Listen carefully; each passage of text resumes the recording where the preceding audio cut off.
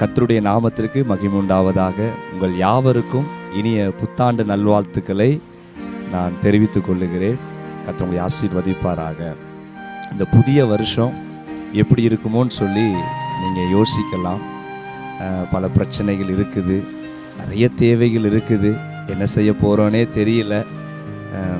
புதிய வருஷம் எப்பொழுதுமே வந்து கொண்டு தான் இருக்கும். ஆனால் என் பிரச்சனை மாறுமா, என் தேவைகள் பூர்த்தி அடையுமா என்கிற பெரிய கேள்வியோடு நீங்கள் இதை பார்த்து கொண்டு இருக்கலாம்.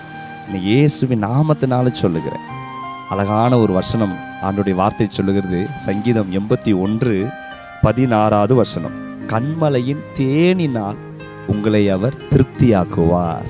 ஆண்டவர் சொல்கிறார், கண்மலையின் தேன் ஒரு மரத்தில் வைக்கிற தேன் அல்ல, மிகப்பெரிய கண்மலை, அதற்கு மேலே இருக்கிற தேனினால் உங்களை நான் திருப்தியாக்குவேன்னு சொல்கிறார்.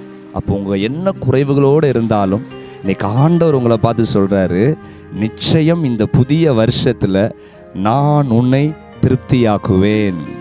இஸ்ரவேல் ஜனங்களுக்கு ஆண்டவர் கானானுக்கு போகிற வழியில் பாதைகள் முழுவதும் வனாந்தரம்தான். அங்கே என்ன கொண்டு போனாங்க? எதையுமே கொண்டு போகலை. ஆனால் அந்த வனாந்தரத்தில் ஆண்டவர் அவங்களுக்கு மன்னாவை கொடுத்தாரு, தண்ணீரை கொடுத்தார், எல்லா தேவைகளையும் சந்தித்தார்.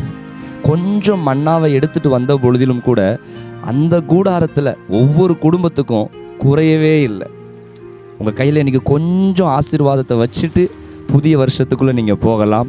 இயேசுவின் நாமத்தினாலே தீர்க்க தரிசனமாக சொல்கிறேன், உங்கள் கையில் கொஞ்சம் இருந்தாலும் வருகிற ஆண்டு இந்த 2024 உங்களுக்கு ஒரு குறைவு வராது. உங்களை கர்த்தர் திருப்தியாய் நடத்துவார். God bless you.